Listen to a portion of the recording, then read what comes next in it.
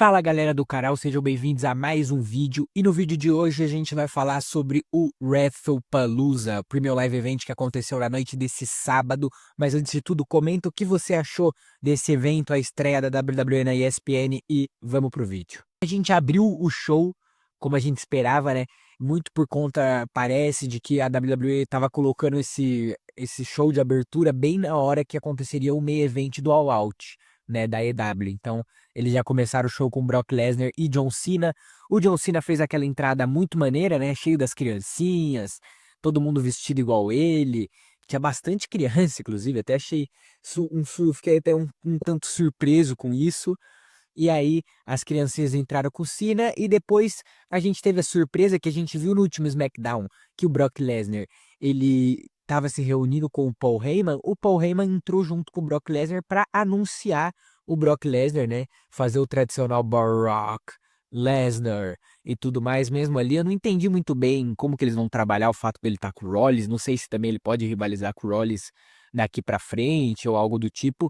Mas eu gostei bastante aí já de ver isso. Mas a luta, né? É o tradicional do Brock Lesnar. Não tem como gostar.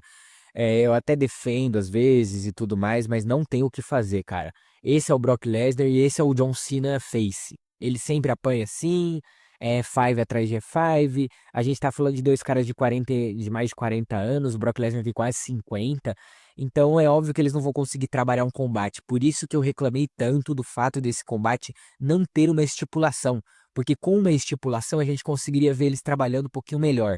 Mas sem estipulação realmente não tem o que fazer. É five, e aí depois sobrou pro juiz e todo mundo, o Lesnar ganha.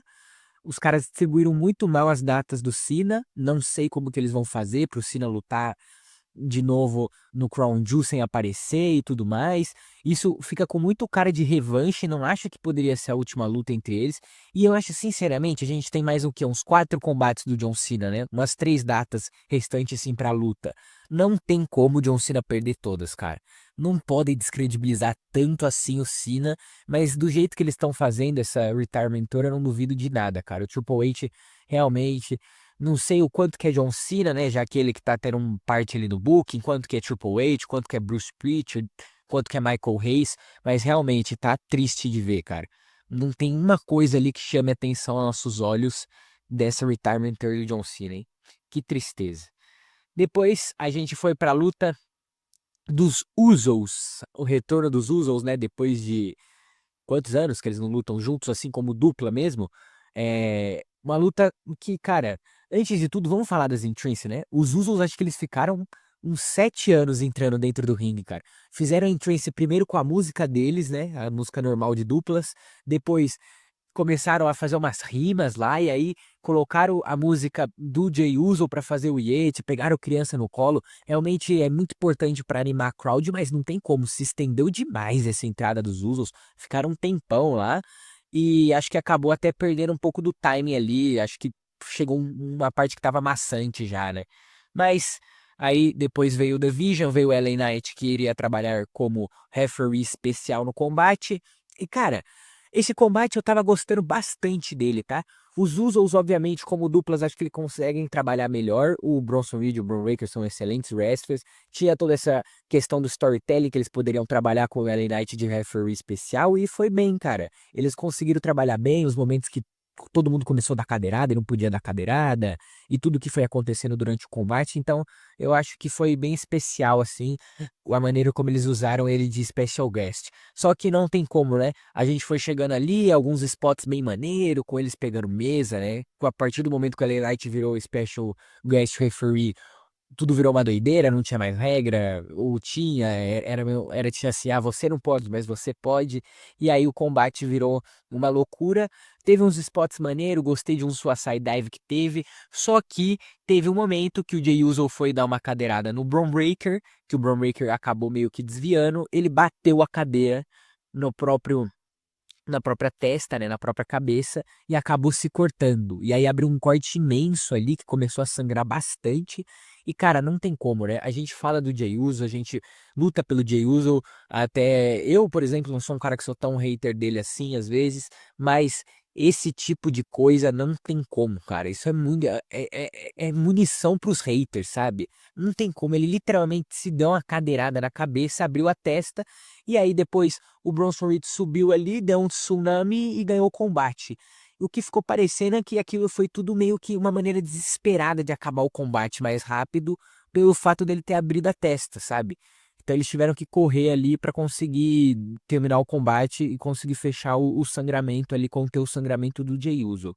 Os, o The Vision, obviamente, ele não poderia perder o combate. Eu até falei isso no vídeo da prévia, que eu cheguei primeiro a falar, eu acho que os Usos vão ganhar.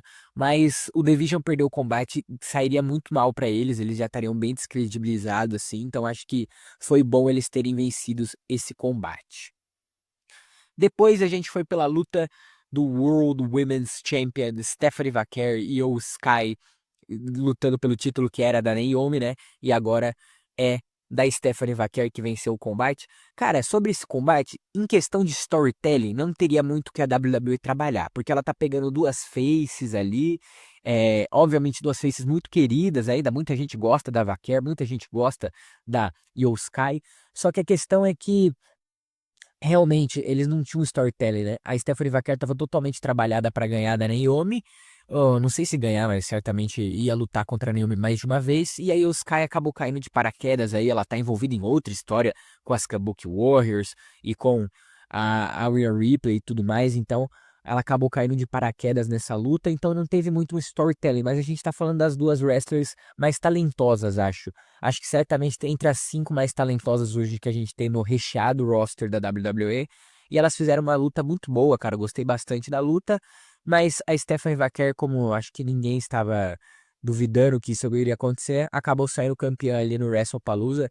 E, cara, eu gosto bastante da Vaquer. Eu já falei isso no vídeo de prévia lá do Premier Live Event, a Vaquera é muito talentosa, ela com cada vez mais evoluir esse inglês, tem como trabalhar ela como face, tem como trabalhar ela muito bem como heel e tudo mais, esse personagem dela tem muito talento, e não só o personagem do microfone, a capacidade da habilidade dela dentro de ringue é absurda, então acho que ela é um dos futuros aí da geração feminina, com certeza aí não tem nenhum ano de WWE, já ganhou Women's Champion, NXT Women's Champion e NXT North American Champion, os dois títulos do NXT ao mesmo tempo. Então, a gente tá falando de provavelmente uma futura wrestler histórica pra dentro da WWE.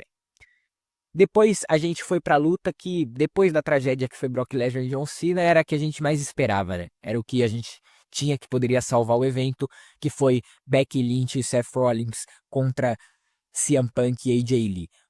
Cara, entrada muito boa do Becky Lynch com o Seth Rollins ali, eles combinando, aí eles vieram lá de cima com o negócio pegando fogo, eu gostei disso bastante. E a entrada do Punk com a AJ Lee também foi bem maneira, ele com AJ Husband, e dá pra ver que o Punk é bem orgulhoso da AJ Lee, né, cara? Ele gosta bastante dela mesmo assim, ele tem orgulho de ver ela aí de volta aos rings.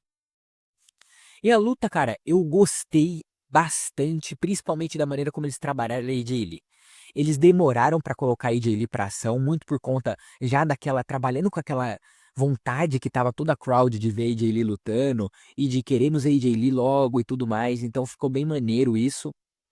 Eles conseguindo trabalhar todo aquilo no momento que a AJ Lee entra, toda uma gritaria, todo mundo esperando, e também para conter um pouco daquilo que é a AJ Lee depois de muito tempo, né?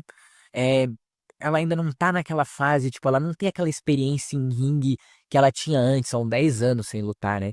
Então, certamente, ela vai estar pecando ali em algumas coisas, alguns moves, alguns sellings. Então, mas foi bem maneiro já colocarem ela pra lutar logo numa mix match tag team, né? Porque aí você consegue trabalhar mais ela diluído ao longo de tudo que aconteceu. Mas o combate foi maneiro, cara. Eles estavam bem sincronizados ali, todos os momentos eles dando moves sincronizados. Teve esse move muito maneiro que é a AJ Lee dando ela se apoia no Seth Rollins pra cair, né, num crossbody ali, não sei muito bem, pra cair meio que num slam pra cima da Becky Lynch e com o CM Punk dando o pezinho pra ela, né? Então foi um combate bem maneiro de se ver, cara, porque eles conseguiram trabalhar bem todas essas questões deles trabalhando de golpe sincronizado. Tem um momento que a Becky Lynch e o Seth Rollins dão um pedigree, aí também tem um momento que a AJ Lee dá um finalizador dela, né, o Black Widow, e aí o CM Punk dá um sharpshooter no Seth Rollins, tudo ao mesmo tempo, os dois se olhando ali. Teve um momento que ele ia pro pin, ela dá um curb stomp no Seth Rollins, igual aí na imagem. Foi muito maneiro esse momento, a crowd gritou bastante. E aí, no final do combate, né, não tem a imagem aqui, no final do combate, a AJ Lee acabou saindo vitoriosa depois que ela deu o finalizador, como a gente já esperava, né, pra credibilizar ela, é a volta dela e tudo mais. Ela fez a Becky Lynch dar tap out. Acho que elas devem seguir numa rivalidade ali. E, cara, eu sinceramente não aguento mais ver o CM Punk e o Seth Rollins em rivalidade. Mas ainda falta a luta deles, né? Falta a luta solo deles. Então, não sei se eles podem seguir ambos em rivalidade um contra o outro. Acho que difícil que façam mais uma luta. Mas acho que certamente a AJ Lee vai ser a próxima desafiante aí pelo título feminino da Becky Lynch, que tá com um reinado bem maneiro, né? Tá valendo mais do que o reinado, por exemplo, da Tiffany Stratton. E aí a gente foi pro main event, né?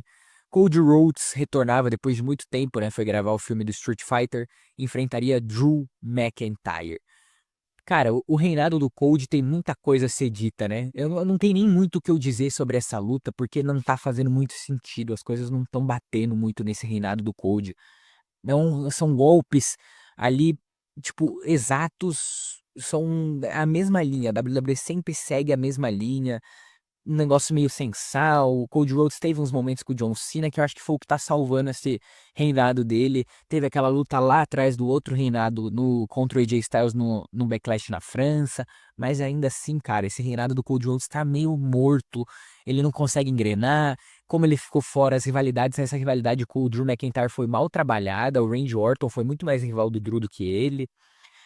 Colocaram ele ali mais por ser estreia na ESPN, e teria que ter o principal superstar da WWE ali, né? Mas meio evento ainda, um combate chato, morno e completamente assim, sem animar em nenhum momento. Em nenhum momento você fica intrigado dentro desse combate, cara. E o Drew cada vez mais descredibilizado, perde pra todo mundo e tudo mais. Então ele tem que ter um rebrand dentro da WWE, porque tá ficando chato já esse personagem do Drew repetitivo, assim. Mas a gente tem que ver como que vai continuar esse reinado do Cody. Agora, pelo menos ele deve aparecer como full-timer, né? E aí a gente vê como que a WWE trabalha daqui por diante. Mas galera, esse foi o vídeo. Comenta aí embaixo o que você achou desse evento. E também não se esqueça de deixar o like para ajudar o canal. Fui!